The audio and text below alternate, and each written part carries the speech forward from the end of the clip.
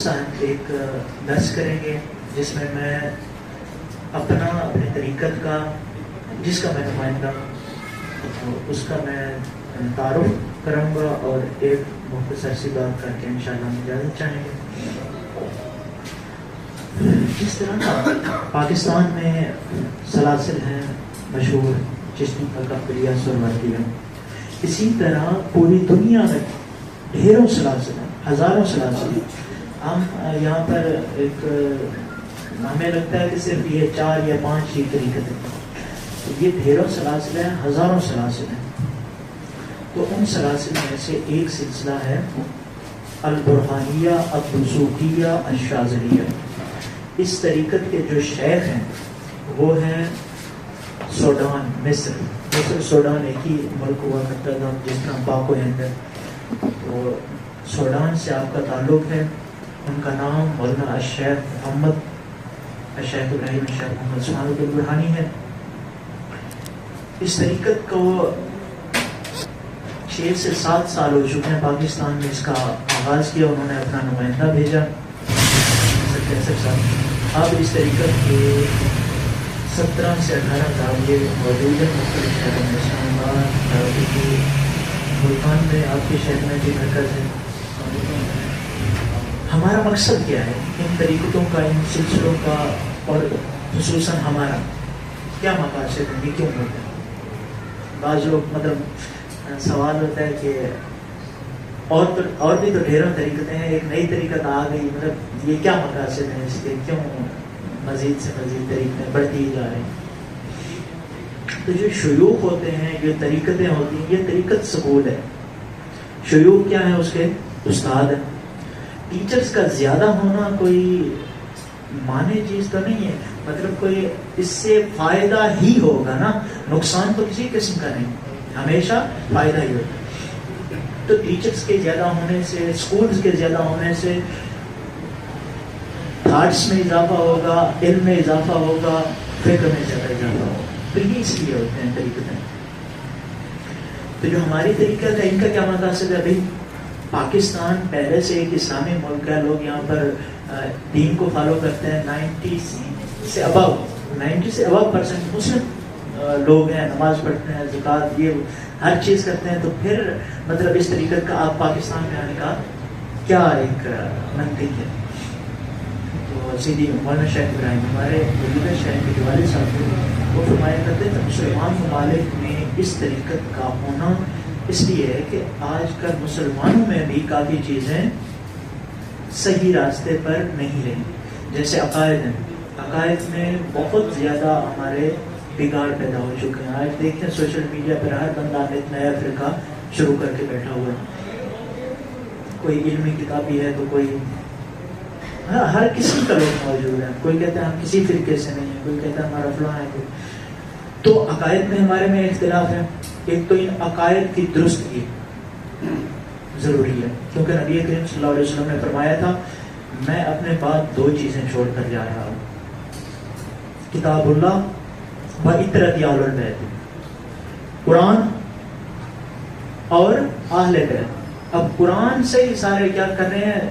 استنباط کر رہے ہیں اور اپنی مرضی کے مطابق اس کے مفاہیم لے رہے ہیں، حالانکہ نبی کریم صلی اللہ علیہ وسلم کیا فرما رہے ہیں؟ قرآن کے ساتھ اہل بیت بھی ہیں۔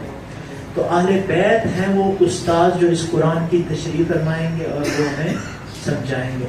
اسی طرح ایک اور حدیث تھی جس سے یہ اس بات کا ثبوت ملتا ہے، نبی کریم صلی اللہ علیہ وسلم نے فرمایا میری اہل بیت کشتی نوح کی مانند ہے، جو اس پر سوار ہوا وہ بچ گیا، جو اس سے رہ گیا وہ ہلاک ہو گیا۔ تو یہ سلسلہ ان اہل بیت نبی کریم صلی اللہ علیہ وسلم کے سلسلہ نسب سے ہیں، انہی کا یہ پیغام ہے، وہی جو عقائد سمجھائیں گے، وہی جو چیزیں قرآن کی تشریحات کریں گے، وہی اصل تشریحات ہیں۔ تو مقاصد اب کیا ہوئے؟ ایک تو عقائد کی درستگی، دوسرا ذکر اللہ سے دوری۔ ہمارے ان ممالک میں ذکر اللہ سے ہم بہت دور ہو گئے ہیں، ہر قسم کی محفل ہو رہی ہے، ذکر نعت، محفل نعت ہو رہی ہے، تقاریر ہو رہی ہیں، اور ذکر کی طرف بہت کم دھیان ہے۔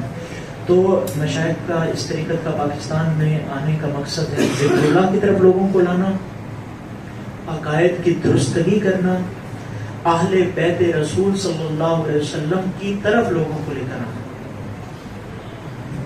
اور آخری اور سب سے اہم مقصد ہمارے پچھلے دنوں آئے ہوئے تھے ہمارے مصر سے بزرگ ڈاکٹر صاحب کے پاس، اس کی ویڈیو بھی موجود ہے اگر کوئی بھائی دیکھنا چاہیں تو، ان کے تمام دروس یہاں پر جتنے بھی انہوں نے درس دیے ہیں وہ سب محبت رسول صلی اللہ علیہ وسلم عقیدہ کی درست، اور آخری چیز کیا ہے؟ محبت رسول۔ یہ بہت کم ہو گئی ہے، اس میں بہت بگاڑ ہے، تو ان چیزوں کی محبت رسول صلی اللہ علیہ وسلم، عقیدہ کی درستگی، ذکر اللہ کی طرف آنا، اور اہل بیت رسول کے دامن میں بنا لینا، یہ ہے ان طریقتوں کے، ہماری طریقت کے خصوصاً مقاصد۔ تو آپ سب کو دعوت ہے، آپ وہاں تشریف لائیں، ذکر اللہ بھی کریں، اور مشائخ کی طرف میری تعلیمات نہیں ہوں گی وہاں پر، میں کچھ بھی نہیں بولوں گا اپنی طرف سے، مجھے جو کچھ بتایا جاتا ہے پیچھے سے آپ بھی سنا دیتے ہیں۔ تو مشائخ کی تعلیمات ہوں گی انشاءاللہ، اور ذکر اللہ ہوگا، اور آل بیت کی محبت اور نبی اکرم صلی اللہ علیہ وسلم کی محبت سکھائی جاتی ہے۔ اس کے علاوہ ایک چیز اور میں نے کہا، ان عقائد کی درستگی پر تو بات ہوئی، تو ایک عقیدے کے متعلق ایک چھوٹی سی بات بھی ہم کر لیتے ہیں۔ تو آج کل نا یہ مسئلہ بڑے مسائل میں سے شرک کے فتوے لگائے جاتے ہیں، مطلب ان پڑھ ہیں بیچارے، ان کو کسی چیز کا علم نہیں ہے، لیکن وہ کسی کی پڑھائی ہوئی پٹی کو استعمال کر رہے ہیں اور مسلمانوں پر شرک کے فتوے لگا رہے ہیں۔ یہ کتنا گھناؤنا اور نازک معاملہ ہے، اس کو ہم سمجھنے کی کوشش کرتے ہیں۔ شرک پہلے تعریف پڑھتے ہیں کہ شرک ہے کیا۔ شرک، اس کے لفظ کو بھی ہم یہ اردو پڑھنے والے اور یہ سب بھائی ہم جانتے ہیں۔ شریک ہونا، وہ میری شادی میں شریک ہو، شامل ہونا۔ شرک ہے خدائی میں شامل کرنا، ہم کسی کو خدا سمجھتے ہیں، یہ ہے شرک۔ اور یہیں سے بات سمجھ آ جاتی ہے، پہلی بات یہیں سے مسئلہ کلیئر ہو جاتا ہے۔ اہل سنت و جماعت کے بچے سے بھی پوچھیں، وہ کہے، اس سے پوچھیں بھی اللہ کتنے ہیں، وہ کہے اللہ۔ اس کے علاوہ کسی کو، اہل سنت کا بچہ کسی کو نہ خدائی میں شریک کرتا ہے اور نہ کسی کو خدا مانتا ہے۔ اس طرح کی حدیث بھی ہے، لیکن میں اگر کوئی تم پر شرک کا فتویٰ لگائے، یہ باقاعدہ حدیث ہے، اگر کوئی تمہیں کافر کہے تو تم لا الہ الا اللہ کہہ کر اسے جھوٹا ثابت کرو۔ لا الہ الا اللہ کا مطلب کیا ہے؟ لا الہ، کوئی معبود ہے، کوئی الہ نہیں ہو سکتا الا اللہ۔ آپ نے کہہ دیا کوئی معبود نہیں، صرف اللہ ہے، اس کا فتویٰ رد ہو گیا، وہ جھوٹا وہیں پر ثابت ہو گیا۔ حضور کی حدیث، کوئی تمہیں کافر کہے، مشرک کہے، تم اسے لا الہ الا اللہ کہہ کر جھوٹا ثابت کرو۔ پہلی بات تو یہ پھر ثابت ہو گئی کہ شرک ہوتا ہے۔ تو شرک یہ کیوں فتوے پہ لگائے جاتے ہیں، کیوں یہ اس کو اتنا وہ سمجھا باتیں کی جاتی ہیں؟ تو اس میں نا ایک اور باریکی ہے۔ اب شرک کیا ہے؟ اللہ کی ذات میں شریک نہ ہو، اور صفات میں، اور صفات میں بھی الحمدللہ ہم کسی کو شریک نہیں کرتے۔ مثال دیتا ہوں اس کے، عام فہم انداز میں بات کر رہا ہوں، انشاءاللہ سب کو سمجھ آ رہی ہو۔ جس طرح اللہ تعالیٰ کیا ہے؟ بصیر، سب جانتے ہیں، سننے والا اور دیکھنے والا۔ اللہ سب کچھ سن رہا ہے اور دیکھ رہا ہے۔ ہم بھی سن رہے ہیں اور دیکھ رہے ہیں کہ نہیں دیکھ رہے؟ کیا ہم خدائی میں شریک ہو گئے ہیں؟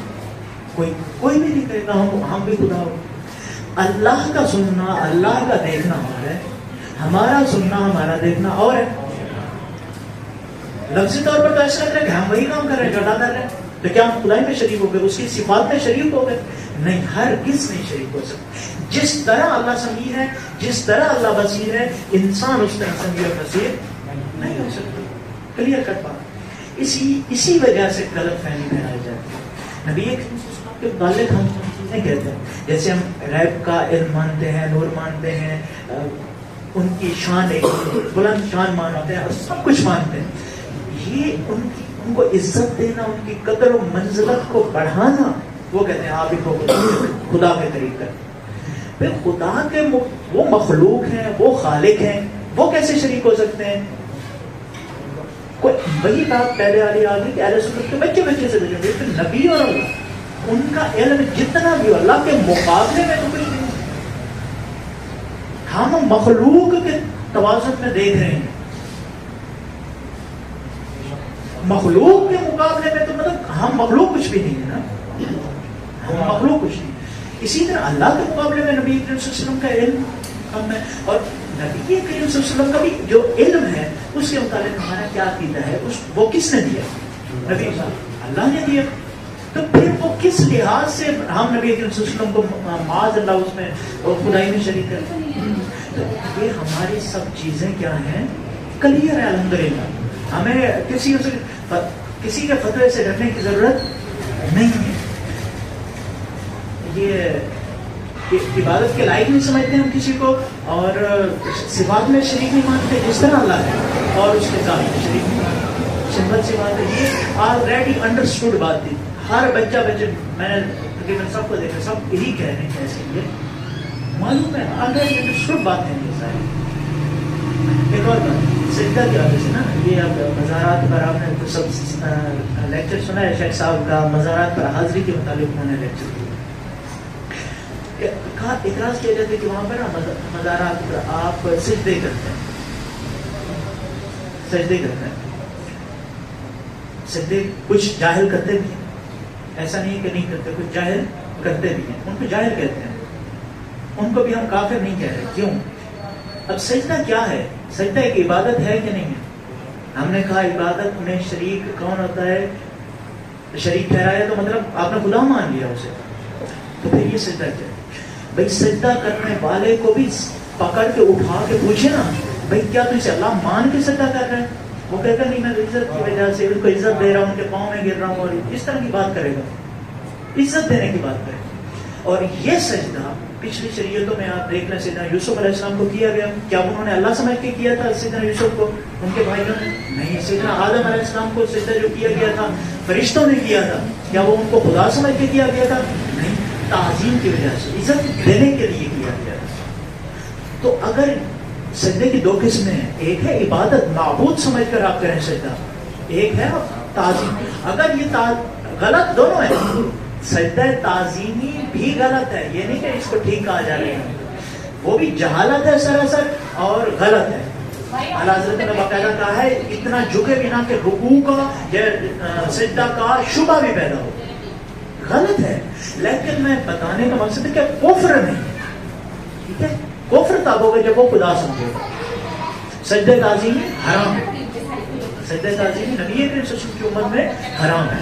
کہنے کا مقصد یہ تھا کہ سجدہ بھی فرق ہو گیا۔ آپ اس جاہل بندے کو بھی اٹھا کے ہم پوچھ لیتے ہیں نا، بھئی تو اللہ سمجھ رہا ہے اس کو، وہ کہتا نہیں، اتنا بھئی غلط، لیکن وہ کفر نہیں ہے۔ تو اس لیے آپ ہمارے معمولات اہل سنت جو ہے، میلاد ہے، مزارات پر حاضری ہے، یہ سارا کچھ کریں اور بے خوف اور بلا جھجک کریں، اور لا الہ الا اللہ کہہ کر ان کو جھوٹا ثابت کریں۔